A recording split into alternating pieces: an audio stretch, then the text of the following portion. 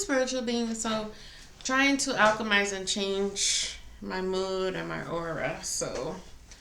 Um, so I was coming with the story time because I know it probably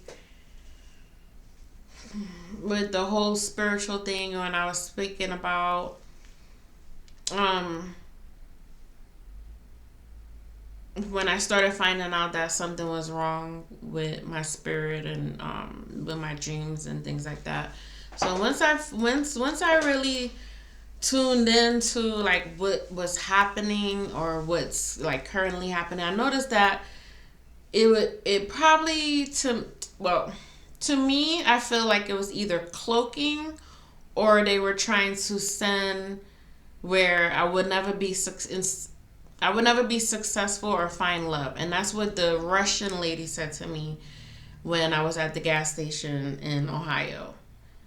Um, but the Indian man said also, he said no success. Like the person doesn't want me to have no success, like no recognition from my father.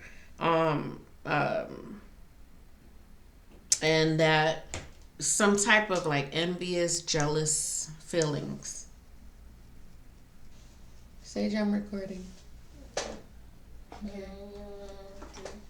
Okay, well, come on. If you coming in, what you want me to do? Excuse me.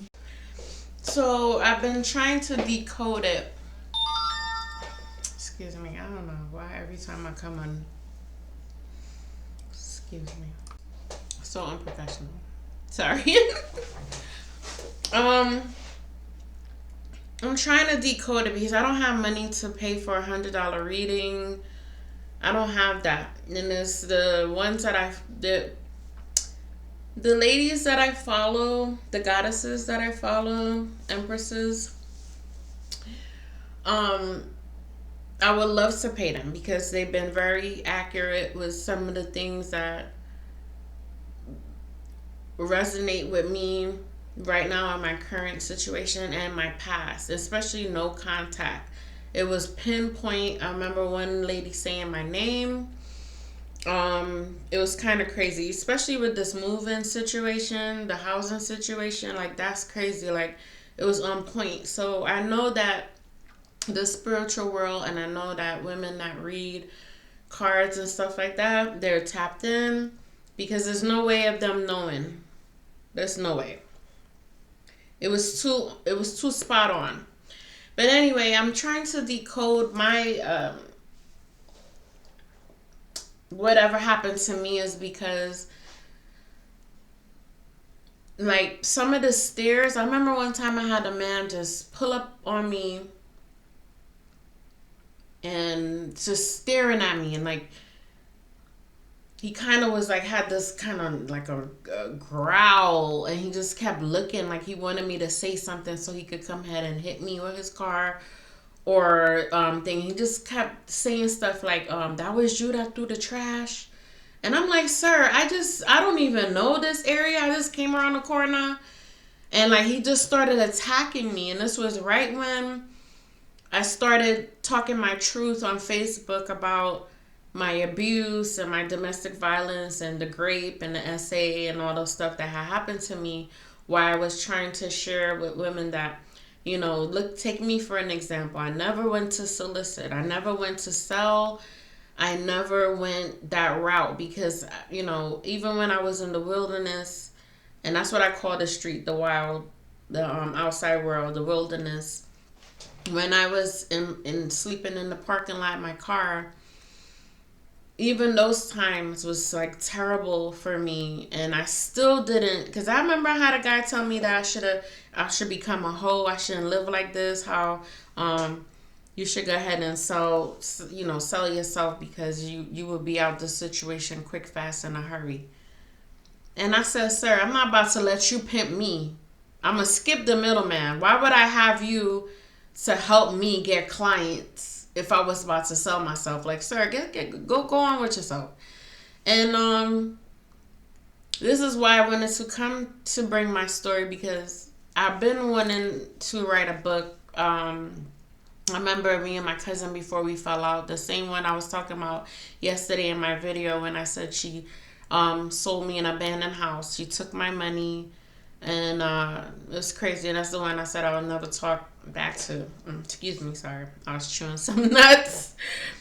Um, and anyway, so I just realized that a lot of things that has transpired in my life came from people that was practicing or paying practitioners to even help themselves in their life. So I just feel like somewhere along the line somebody did something to me in that effect, because that was just so random for the Russian lady to tell me that my hair was cutting in that Indian man. It's the same thing. There's just two different places. The Indian man was in Brooklyn. The Russian lady was in Columbus, Ohio. So, you know what I mean? And I was right when I was at that gas station pumping gas.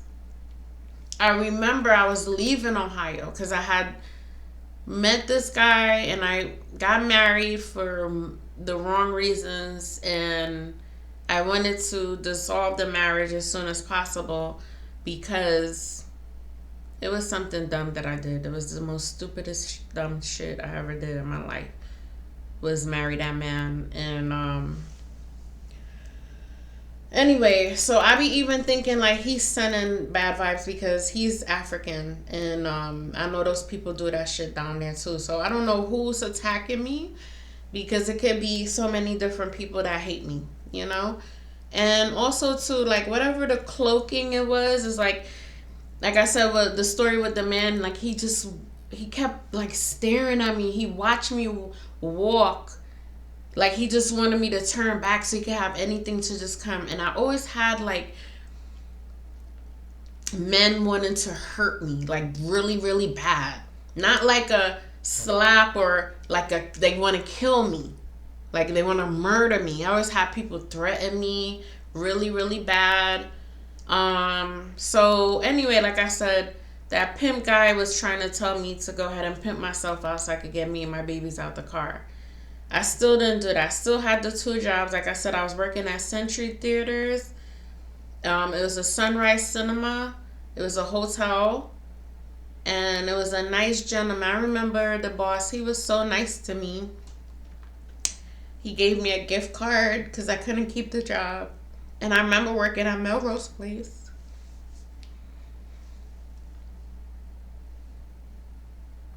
And had some real mean women. Then I had a young lady help me with the car, and I felt like her father stole something out the car because I was trying to get the car fixed. It got worse than what it was. I had a lot of wickedness that happened to me, especially when I came to Vegas.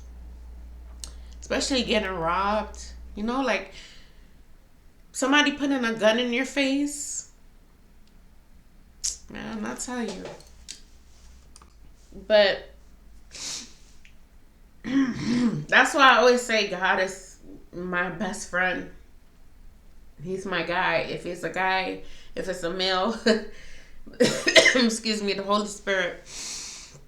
Because when I think of the Lord, I think of the Most High, I think of Source, I think anything light, that's what gets me through.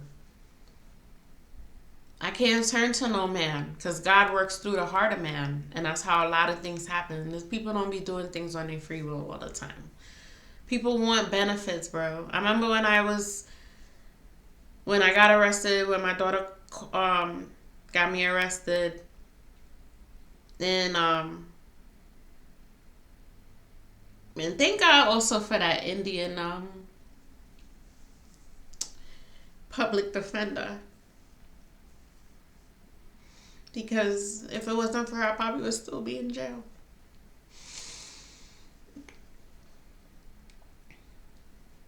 For trying to discipline my daughter.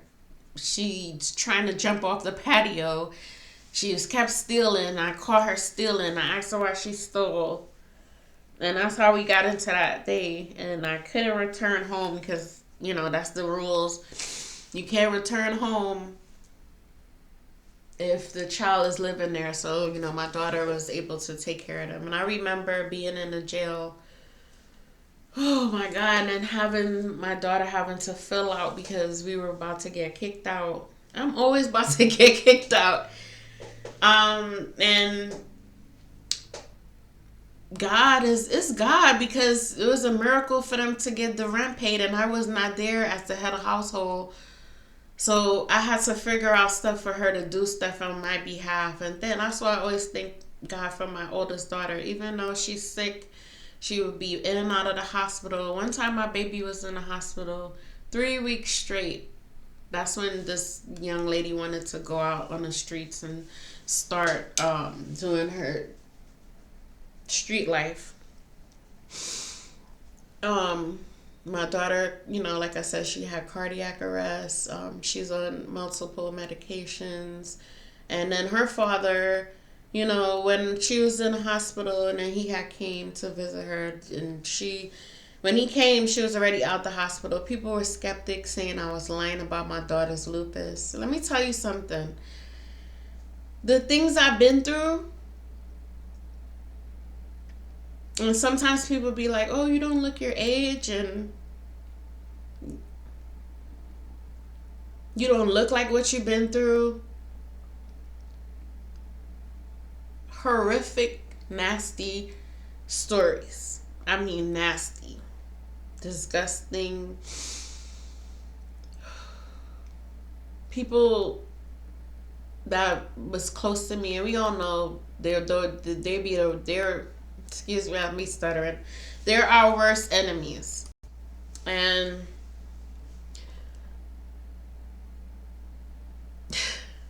I got people looking into me, searching up on me.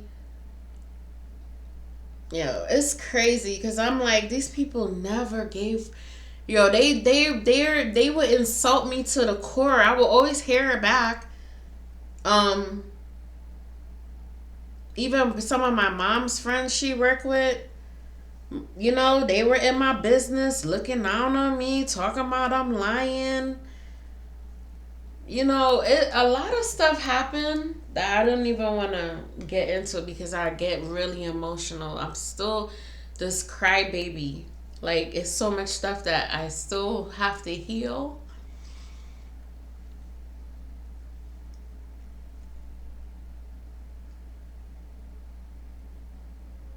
I didn't want to keep on waiting,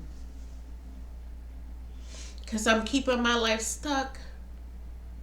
I'm not really getting to talk about it. Therapy sessions cost money. So I'm over here hashing it out the best way I know how. And coming to the internet, I know that's not, but I mean, I've seen people share stories, so I'm just like, not saying I'm everybody else, but I just know that at this point, it needs to be said. It's so much. I know I got 5 novels, and I know at least 2 bestsellers, because this kind of stuff destroys people. This is what birthed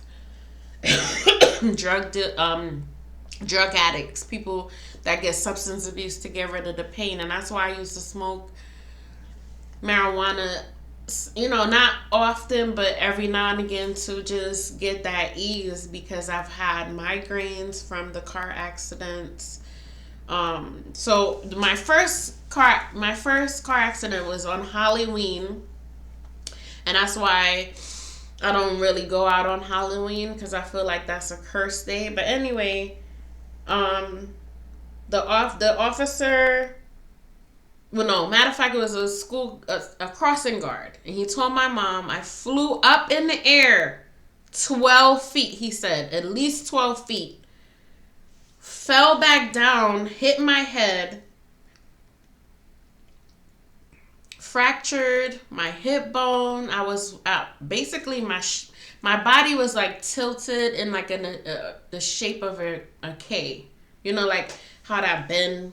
So I'm like I'm kind of like that. So I had a bed board, I had a back brace, I walked with a cane for a year. I had people around the way thought I was some gangster baby that I got shot.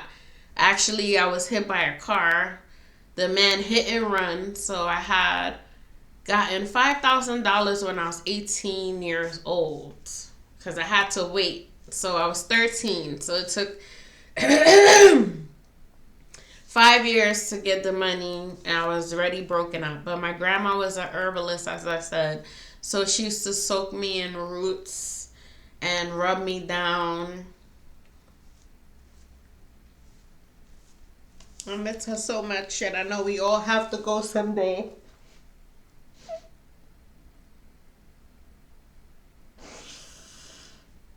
But I'm glad that I had time with her because she taught me a lot.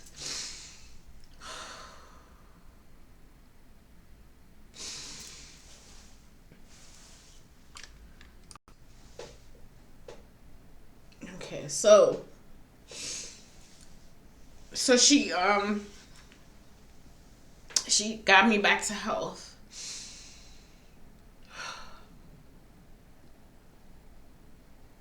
And that was like one of the worst experiences. So every now and again I still get pain in my spine, and sometimes my leg locks. So that's another reason why I don't even really like doing stuff too much. Cause anyway, that's another story. But yeah, basically, so after that, they were like, I don't even know how she survived this. So I remember getting to the hospital, and the lady's voice was sounding so tiny, like Mickey Mouse. So I guess I was like still in the realm, like in the in between, because I nothing was registering. And I remember her saying, "How many fingers do I have up? And who is the president of the United States?"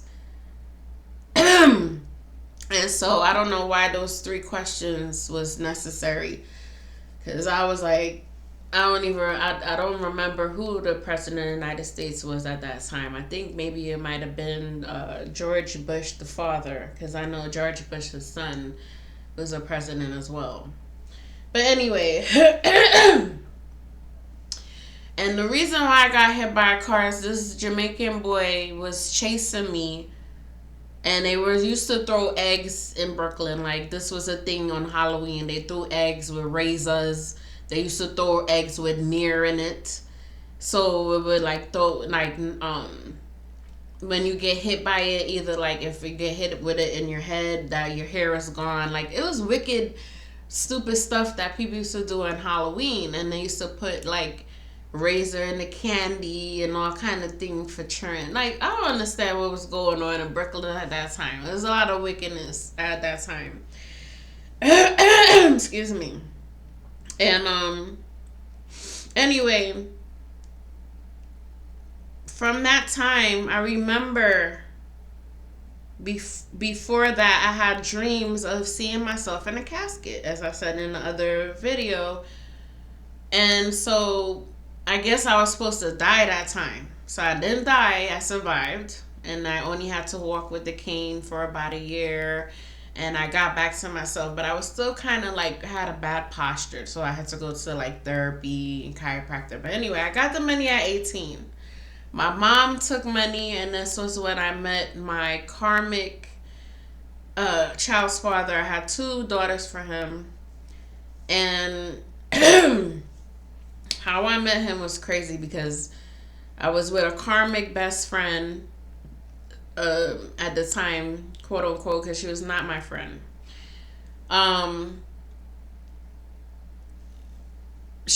We was running across the street, and like in Brooklyn, there's like Sutter and Rutland. So like there's the 90s. So like from Sutter to like 91st, going towards Utica Avenue. So I just was doing the timeline so I could kind of remember them what I'm talking about. And we was about to go. There's this like transportation is called like a dollar van, and then you go like up to the main avenues and you catch it and take you to to your destination for like $1, which was like cool because back then, to get on the train and the bus, you need a Metro card. If you don't have your Metro card, like it's not out like in Nevada, you could just put cash in the machine. Like even I think in Ohio too, you could put cash in the machine. But like in New York, you need a Metro card. I think that they just did away with the Metro card. But anyway, and so we was running because we was about to go to a party, and soon as she ran, like she kind of pushed me into his arms. But I feel like she was attracted to him more than me. But he was way older than me, so that was the weird part because I was 16 and he was like 28, I think 26, 27 at that time, I think. So I'm a baby comparing to him. Anyway, make a long story short, and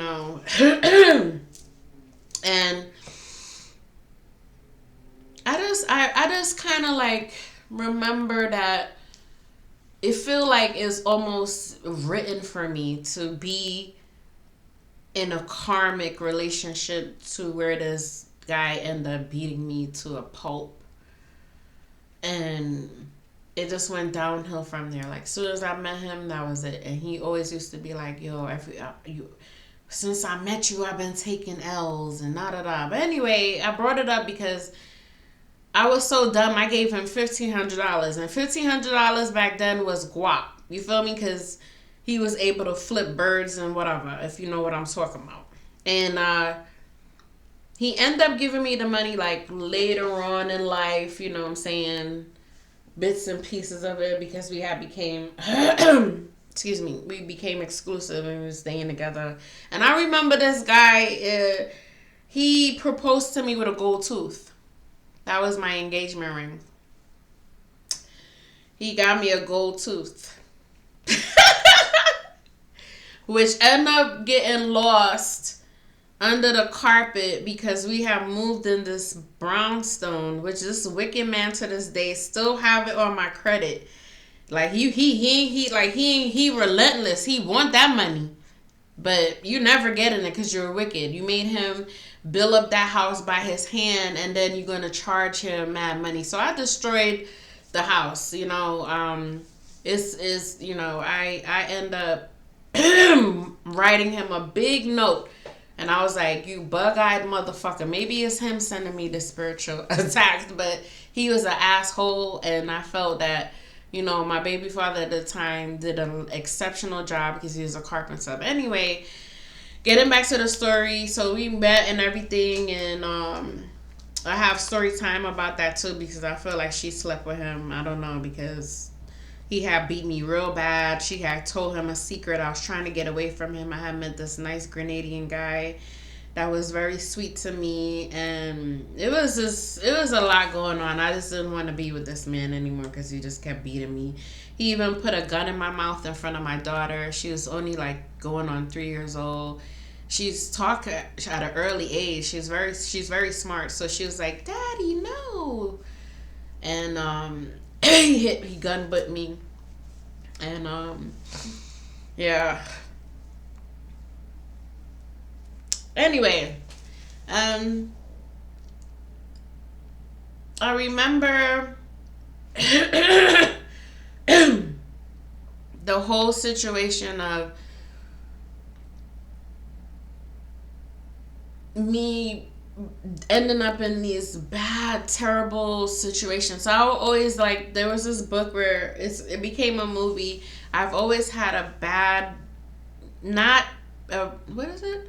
A bad, very, never, not a good day or something like that. It's a story. I'll get it back when I'll come back and make another video. But anyway, basically, this is what's been happening with me since I was 13. Bad things, bad omens. I remember a boy, he beat me so bad that I still have the scar. A Haitian boy in school because I think I dissed him or something. He was like, get on my face. He kept pushing me. And I said something, and then he bust me up, and I had like, it was 12, 15 stitches. So I always had men beating me up. Even my brother. We used to have bad fights on my dad's side. And I'm going to talk about those stories too. I really don't care, but I'm going to tell it.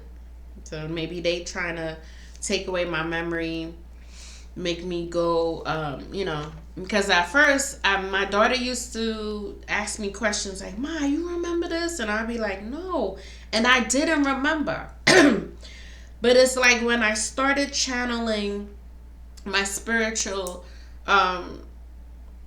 awakening is when I started really realizing that something is on my spirit. Somebody did something to me. But I didn't find out till like I was 20 something, when, like I said, when I was in, when I came back to New York after having my daughters, because I moved with him to Columbus. And he had family in Columbus, Ohio. I'm sorry, guys. I'm like multitasking because I had scratching myself. I'm cutting my nails.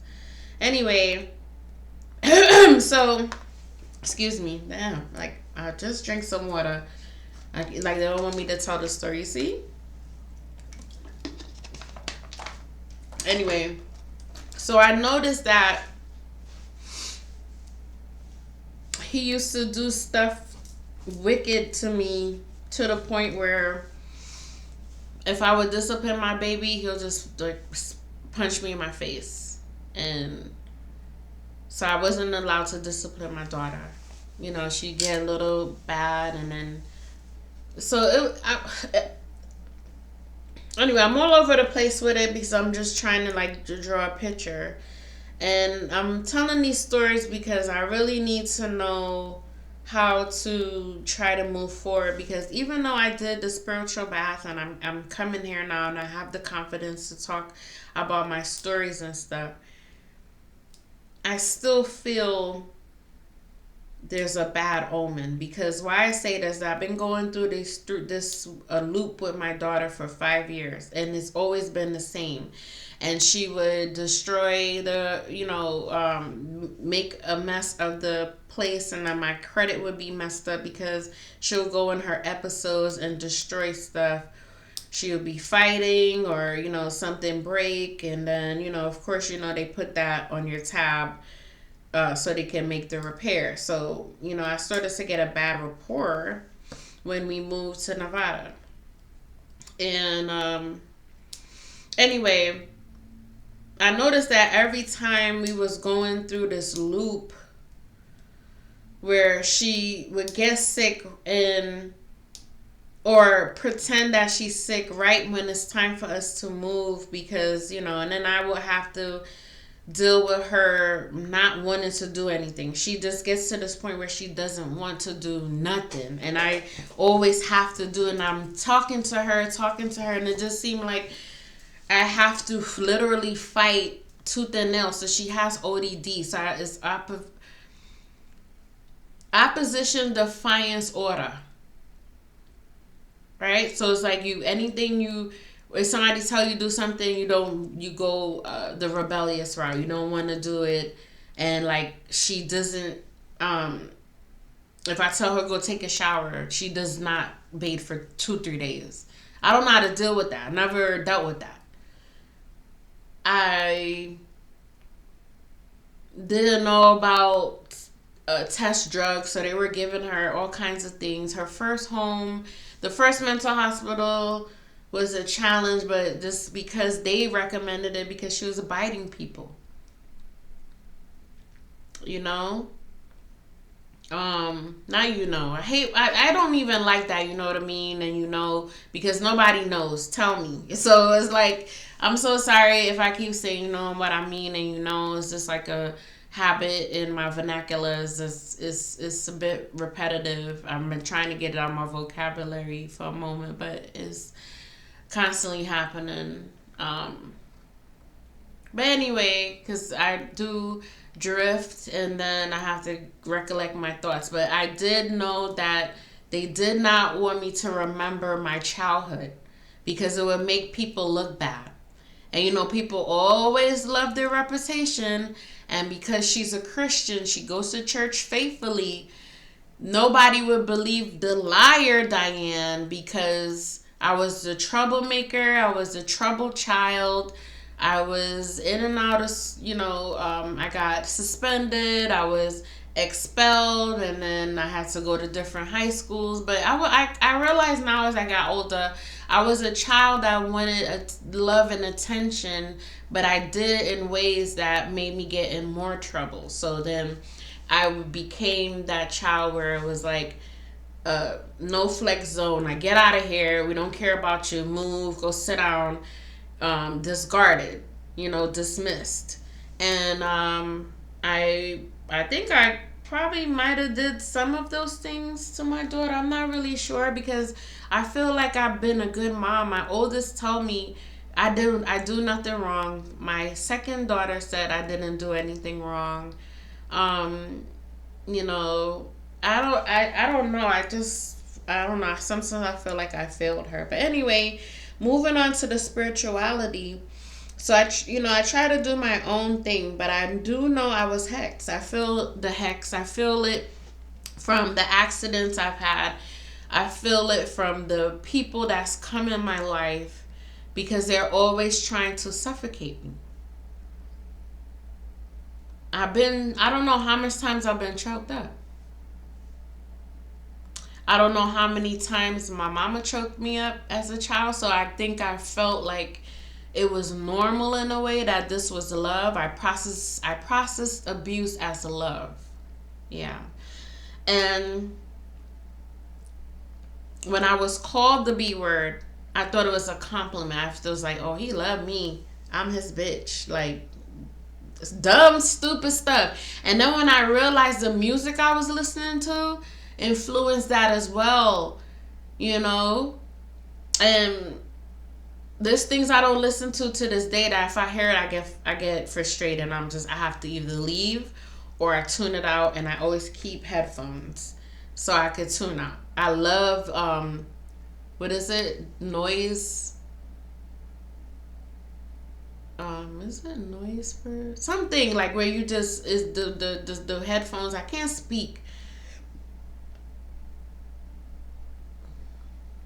Even excuse me, when I realized when I was watching those videos when I was like, I don't read, and I didn't mean to say I just was saying I don't read the Bible. So I was saying I have read the Bible, but I was saying that my messages and the things that make me come on here and talk or do stuff, a lot of times it's things that come in my head, and I've had ringing in my ears. I think when they say that's like a download, or it's like certain things that have been happening to me that I hear other people talk about, and I'm like, that's what that is. So I just know that I can't afford to get a reading right now because I'm not begging. I don't want to, because I've been doing this for a year. Like, when I removed those videos the other day on that other page, it was a year anniversary that I was on YouTube doing those videos, but I just never got no traction. It's like the hex was to make me invisible or make me annoying or make people hate me, because that would be the reaction. A lot of the times people just couldn't stand me. I remember one time I think a lady quit a job because of me. She couldn't stand me and she left the job because I guess I was talking to her too much. I never seen her again. She was annoyed, and I was like, wow, I never knew I did that to people that bad. But people, and that's why I don't want to be around people. I like people. I like a lot of people. It's people that influence me every day, and I will repost if they really move me, or I always drop heart emojis, or I say something if I don't want to say too much, because sometimes, I do make a little bit paragraphs and I'm like, shut up, But I'm not going to do that to myself anymore because of how I am. I'm talkative, So most men don't like that. So when I get enraged, because when they do see when I get mad after they seen that I was so nice, and when they do see the mean side of me, I get beat up. So, but anyway, I just wanted to come here to kind of decipher, or if somebody could just leave in the comments, how I could go. I mean, reading a lot of spiritual stuff, and I've have most of the tools where I was cleansing my soul, cleansing my spirit. I did my spiritual bath. I bought the things. Everything was going smooth until I came back onto the internet, and boom, it seemed like everything was going downhill. But like I said, even with my living environment, this man lied and said he was going to fix the home. The lights was twitching for a long period time. I came, the closets didn't have shelves. I had to ask the man to put the shelves. I even have, I have lots of pictures. So when I move out of here, I'm gonna blow it up, because he turned a central air to electric. So basically, instead of having central air, I have air conditioners in the wall, which is kind of weird for living here in Nevada, because most people have central air because it's very hot in this state. The climate, so it gets to triple digits. I remember one time it got to 120. I think that was the highest they had. So it gets pretty hot. I like the heat. I got tired of the cold, because also too, we moved because of my daughter having lupus. It was better for her to get more vitamin D, because New York is gloomy, and it's like summertime is just it's like a heat wave, and right after Labor Day it gets back cold. So it was better for her to come in. And also, I had one story too where I bled for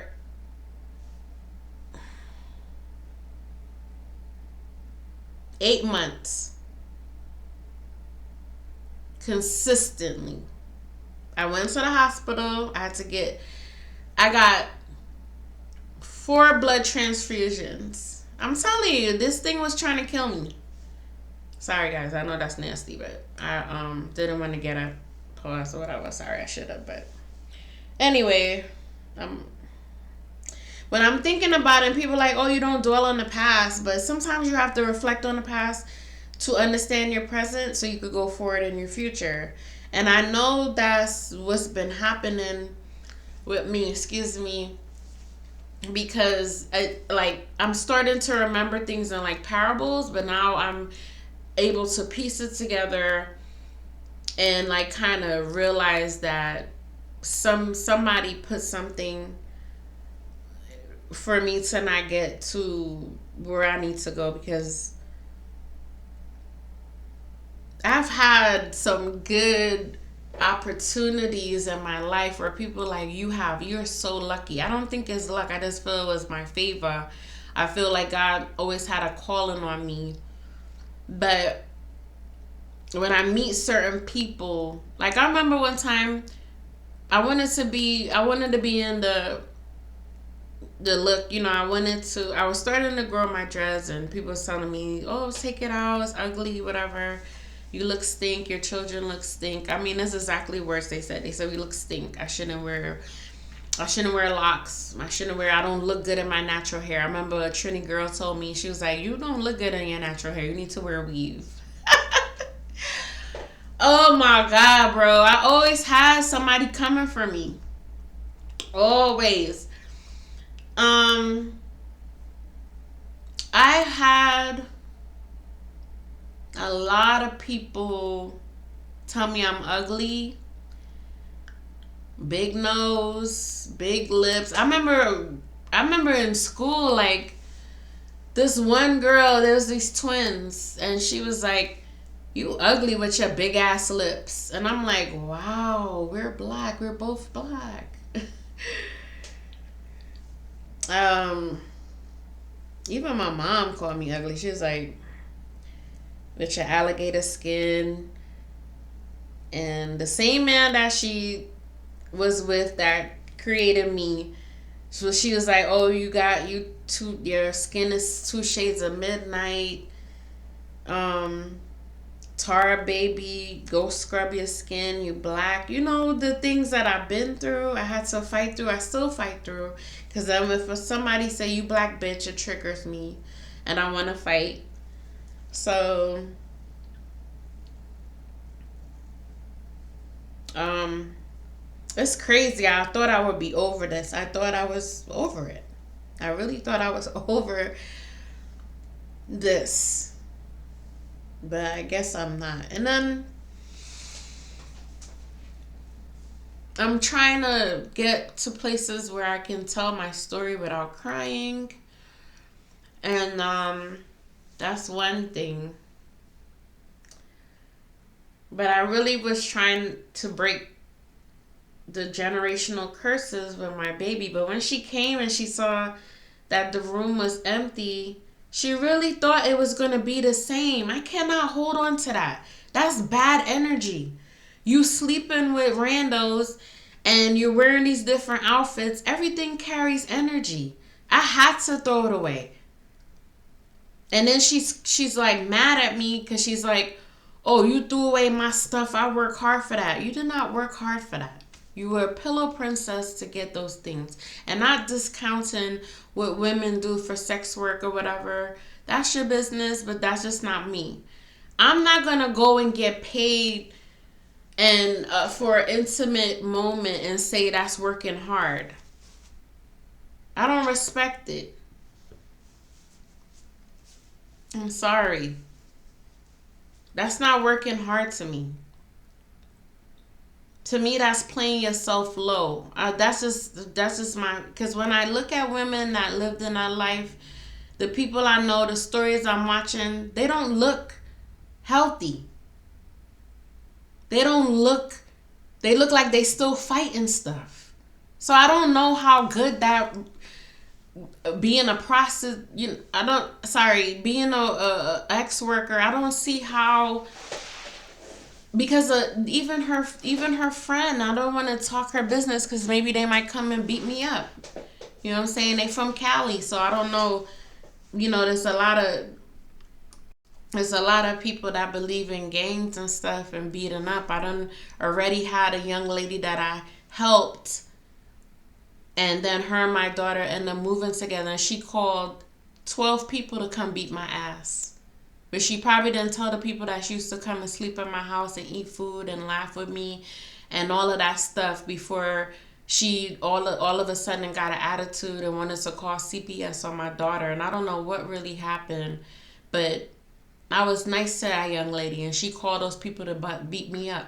And then thought I was going to see how God is? That's why I always love God, because she thought that I was going to get arrested. But that's not how God works. God always exonerate the innocent and the chosen ones. I don't bother nobody. I've had men tell people. I remember working, I don't want to say the hotel casino, but I remember this guy harassing me, touching my butt. Okay, and I went to the human resources, and the human resources woman. I've always had bad luck with people that's from like Southeast Asia, and I don't want to talk back because I've met nice people too from that place. But I noticed that I worked with some Filipino women. They were very wicked to me. Very wicked to me. I remember working at Czech City, and I had a lady, and we all talked about the badness of the company. And sorry, I shouldn't even have said the word because damn, I don't know about this thing. But anyway, it was the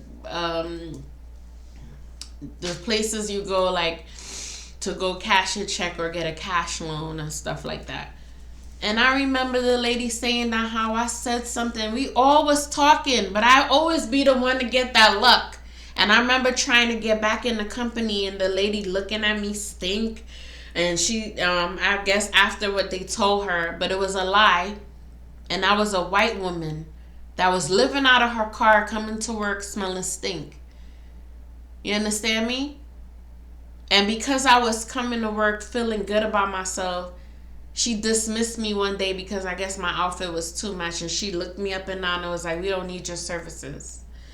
And then when I come to find out, it was a young lady that she liked me, and she ended up telling me that they were all against me and they wanted me to lose my job. And she told the people that I said I hate the company, in which we all discussed things about the policies and procedures. This is another reason why I don't like people, because they say stuff and have conversations, and I'm the culprit, and I'm the one that they point to, and I get penalized every single time. It's like a bad omen on me. You know what I mean?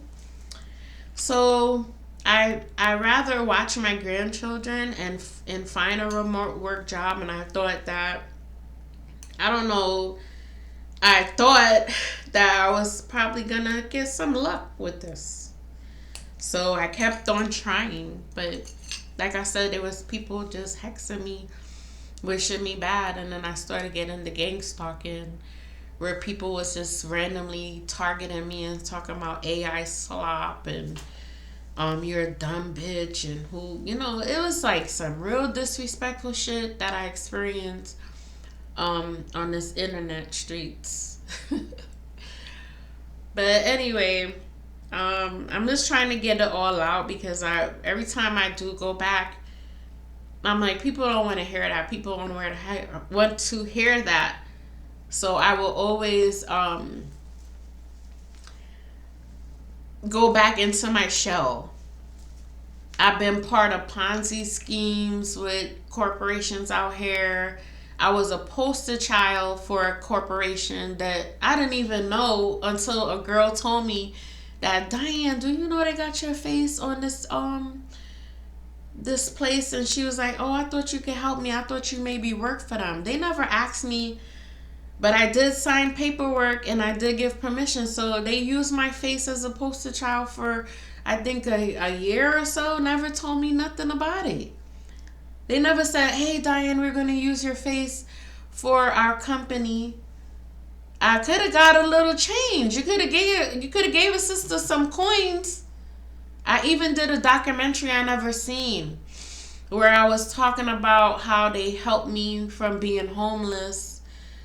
And I even was on, they had me on the Las Vegas News. I was in the Las Vegas News Journal, a story about a mom with 2 children. I have 3 children. The lady didn't even do the story well. And when she finished the video, she took pictures of the trash, and it was in the newsreel. And I'm saying to myself, what would possess you to take a picture of the dustpan and the trash? Like, people be literally wanting to sabotage me or make me look bad, like, every time. So I try to make sense of it. I try to ignore it. I just try to say, well, you're not the only person that's been abused in this kind of way. Just get over it, Diane. Just fucking move on. Excuse my language, but I gotta tell my story. I have to tell it. I survived a lot of stuff that was supposed to kill me, bro. And I'm still here. Now I'm dealing with my daughter as the enemy.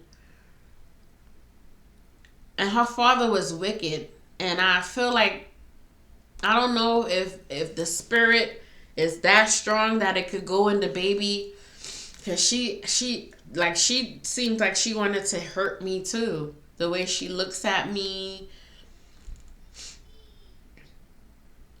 I try to be a good example. They saw me walk across the stage. I graduated. I only have my associates, but I graduated. I didn't slide down the pole. I'm not trying to disrespect nobody. Don't take it wrong. But I just don't understand. Here he comes again. Okay, guys, I'm gonna go tend to my grandson.